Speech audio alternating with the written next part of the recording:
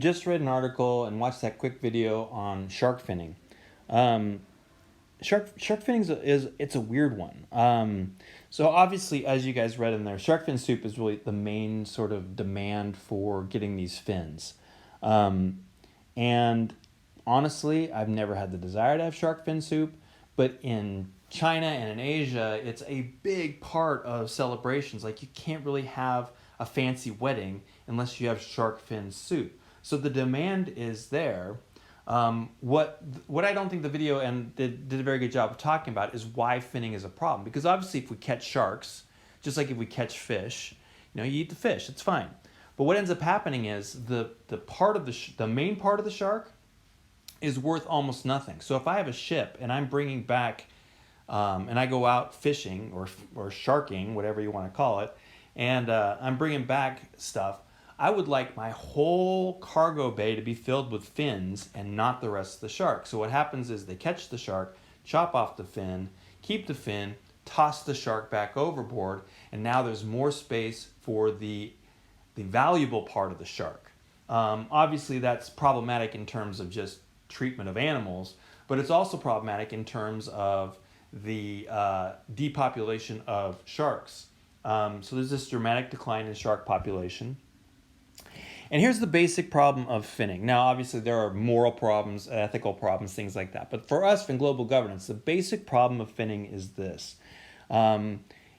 If sharks go extinct, no one's happy about this. I mean, I'm not happy about this even though I don't eat sharks. But, it changes the ecosystems. We just don't have sharks anymore.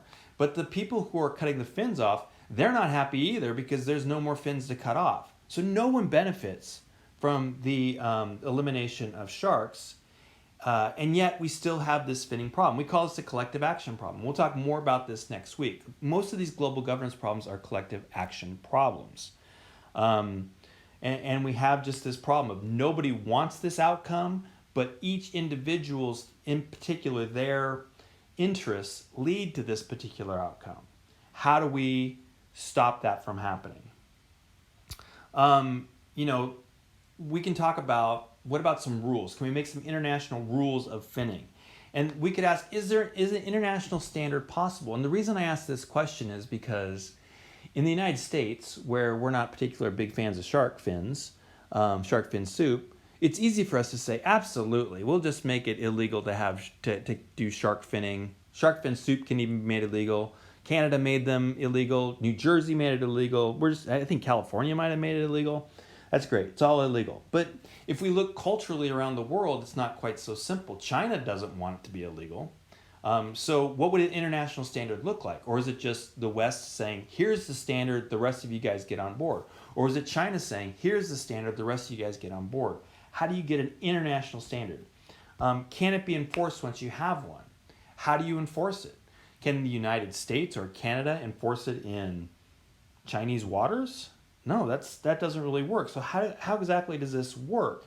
And this is going to lead us to a more broad question of how are collective action problems solved, which again, this is going to be week 2's business that we're going to get after.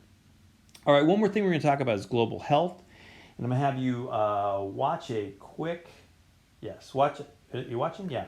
Watch a quick video on the eradication of smallpox, and we'll come back and talk about global health.